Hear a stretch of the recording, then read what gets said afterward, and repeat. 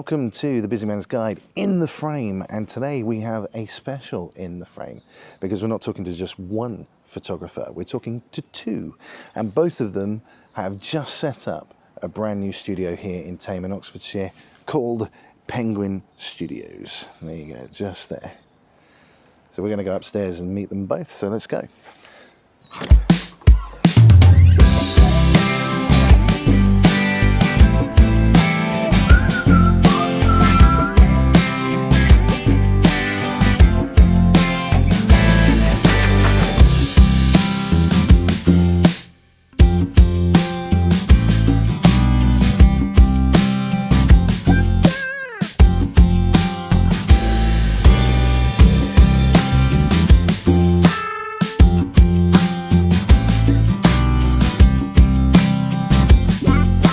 Well, that goes way back when I was at school. By chance, actually, we had a teacher at the school who was into photography, and I used to go in there every chance I could get, so I didn't get bullied. So just get out of the way of the bullies, and yeah, that's how I got into it. Got a camera, had a chance to work for the Bucks Herald at the time. I went into woodwork, which was like in the family. Everybody else did woodwork. My dad said a photographer, for a journalist wasn't the job for me. So we went in there. The wages was a lot different. I was getting £12 a week doing woodwork, and I would have only got £5 and a few shillings. Well, it was a brownie, I think. Yeah, found some old pictures of me when I was really little. My dad always had a camera with him, just taking snaps and things, and that was a brownie, so I presume that. But Canon was like, I had a Canon AV1, which was my actual first sort of camera. Then I progressed to an A1, which is a good camera to get hold of. I would get an A1 if I could find one at the right price, but they seem to hold their price. Last of the metal cameras, they were. I brought an Olympus. Well, I sort of fell out. I did a lot of film photography. Got married, kids come along, so you know things went out the window.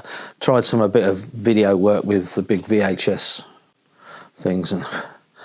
You know, but it wasn't for me.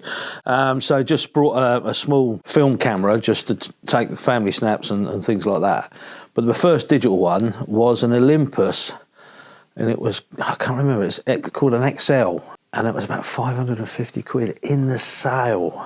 And if I remember rightly, the size, the maximum size of the picture was a megabyte. So that was it, and it was like a bridge camera, and so you sort of just zoomed in and zoomed out. Yeah, I wish I still had it actually, but unfortunately that's gone as well. Well, digital is more convenient. Take it, look at it. If it's any good, you keep it. If it's not, it's convenient, isn't it? Film is messier if you're developing it yourself, because you need the chemicals and water and everything else that goes with that. It is nice to actually see something develop right in front of your eyes. You have presets now, and you sort of editing. It's quite quick, easy, unless you want to sort of mess around and do some really serious stuff. I worked at SWALE photography for a few years, just doing it part-time whenever I could, and then I got made redundant from the woodwork job, so did the job centre route for a year, and then decided, and decided to have a go. It's not been easy, but we're still here, so got nothing else to do. So no, it's not been easy. There's been a few times when you haven't got any work or whatever. I don't know. I get a part-time job. That's so I mean I do a part-time job as well. So and just get at least this little bit of wage coming in. I've done quite a bit of mentoring with people as well, because when I was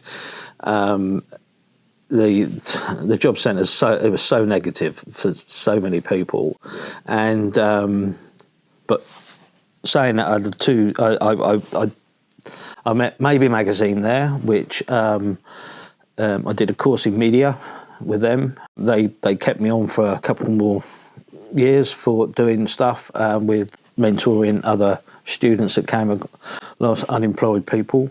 Also, I got in with a charity in Reach Bucks, and we did I run a photography group for disabled people now, which is sort of really good. Originally it was just 1-to-1, but now there's about 15 people involved in it, two other volunteers, and we go out and we take loads and loads and loads of photos of whatever. Quite a few companies around Aylesbury that I've worked for, done some stuff at the Town Council, Share Centre, Balmore, further afield, Dr. Martin's, White Company. That was to do with Maybe Magazine. Fantastic place to take students around, because there's so many scenarios that you can photograph there as well, you know, so it's really good. So, so we just did media there. So just wandered around, take a few photos. Fascinating place, actually.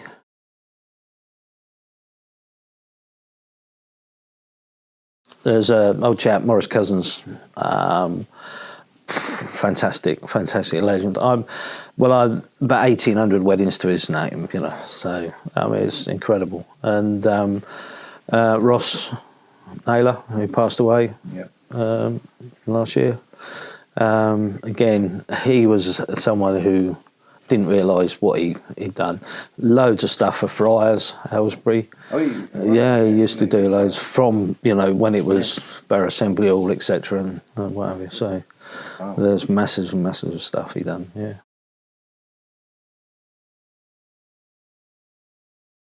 I do, and two of them are on the wall. Over there, the two black and white ones over there, the two girls. I love to try and be a bit different on a wedding. Took a photo of a couple who just got married at Camden, and they was in the middle of the road of London, and got the buses and the things. You know, so I like to be a bit out there. But there's so many. I mean, some of the family shoots, you get one or two in there that you think, it's really good. Bright, I hope. We've just gone into partnership with James Tippin, who's just walked in shot. And we've got a studio called Penguin Stu6ios now.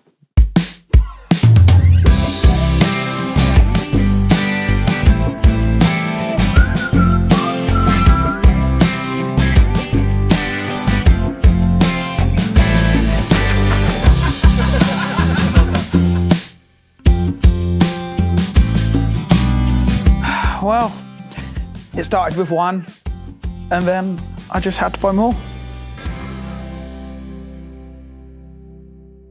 I've probably been a photographer for around about 5-6 years now, starting like most people, you know, buying a camera, virtually not knowing what they were doing, and a lot of trial and error. But I've still got all my old cameras. I've moved over to Nikon,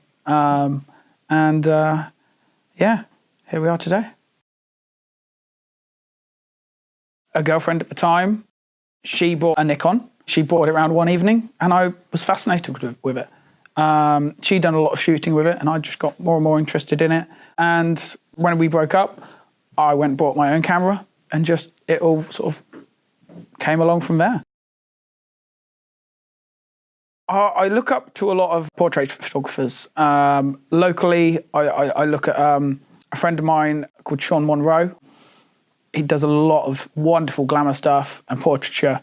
Quite simple stuff, but quite effective, quite beautiful stuff. Paul Wilkinson, local in Haddenham, does some beautiful stuff. Something for, I think, a lot of us to aspire to in the quality he produces in his work. I've recently done a natural light workshop in Northampton, by a guy called Jack Russell, who's a natural light glamour photographer. Met a load of fantastic photographers up there. A guy called Drew Paul French, loads of these brilliant photographers. I started with live music, like with yourself, and it all sort of conspired around that. I'd done a lot of live music stuff for the Aylesbury Alternative Music Society and other various gigs where I could get into. I still do prefer to shoot a lot of low light stuff with a bit of mood in it. I have moved more over to portraiture and glamour and that sort of thing, but any chance to use sort of like lower light stuff or natural light as well. I prefer to ideally keep things as natural as possible. I'll remove the odd blemish here and there, you know, tweak here and there, but I'm not a big fan of sort of like adding this in or adding that in and making something unnatural. I believe that, you know, you can take anyone and make them look stunning, beautiful. It's just the way you need to do it. You know, you don't need to fake up an image. You can find a way of making something look beautiful.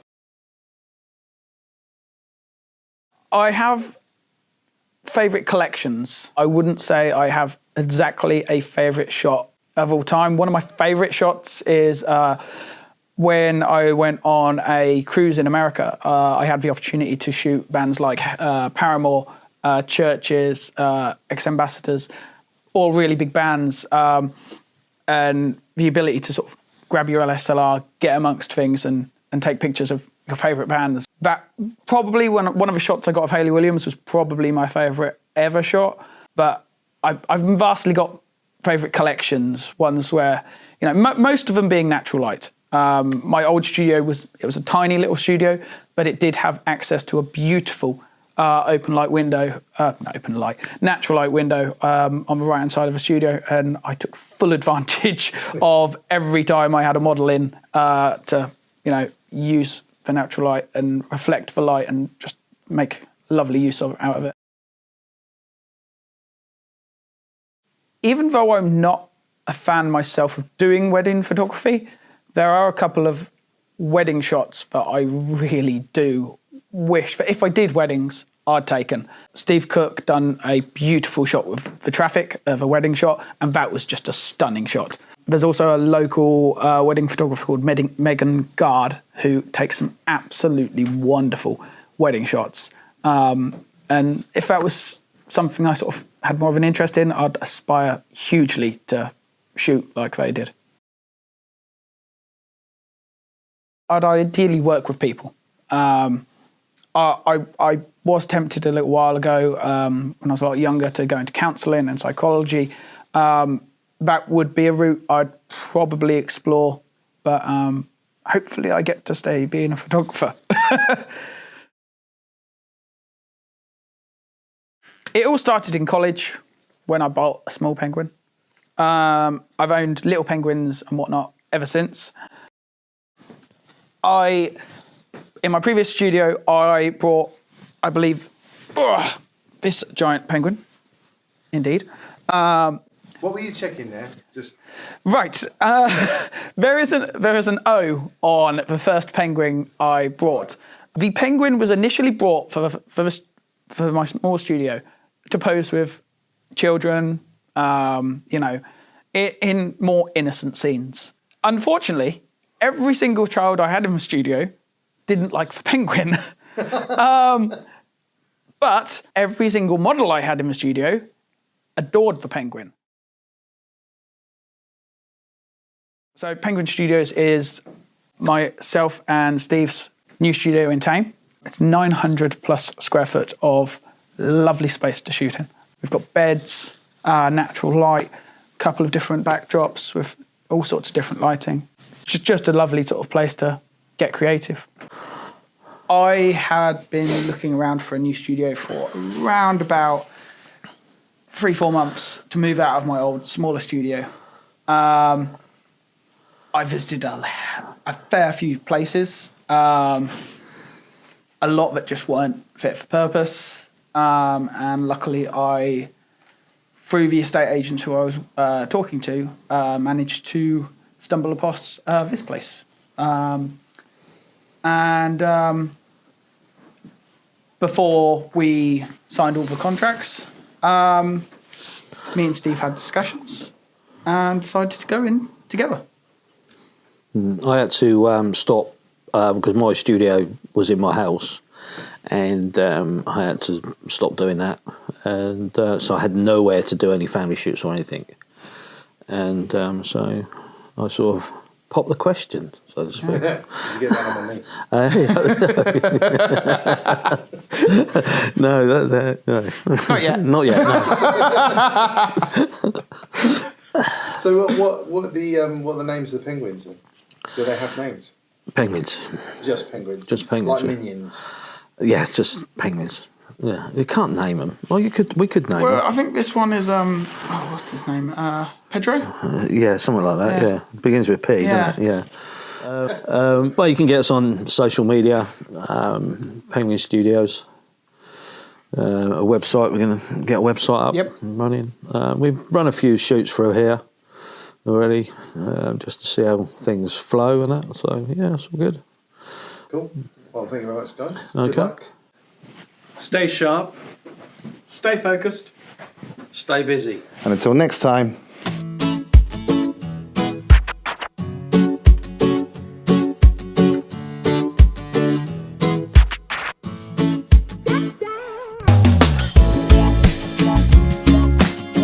And so, tell us about Penguin Studios. And they do have tunnels. They do have to. They do have tunnels. Say it again. They do have tunnels. I should get... You might not have to put that in. can cut that out. Yeah, don't put that in. Well, there is a funny story about the tunnels. But you're not allowed to say. Okay. We could say that off camera. Yeah, I'll tell you off camera. Yeah. Okay, I'm gonna move. It's kind of out of shot, really. Isn't it? Do you want me higher? No, that's absolutely fine. I like that. Out of it. Very, very glad you finished that sentence. I took every opportunity to take advantage when I had a model in.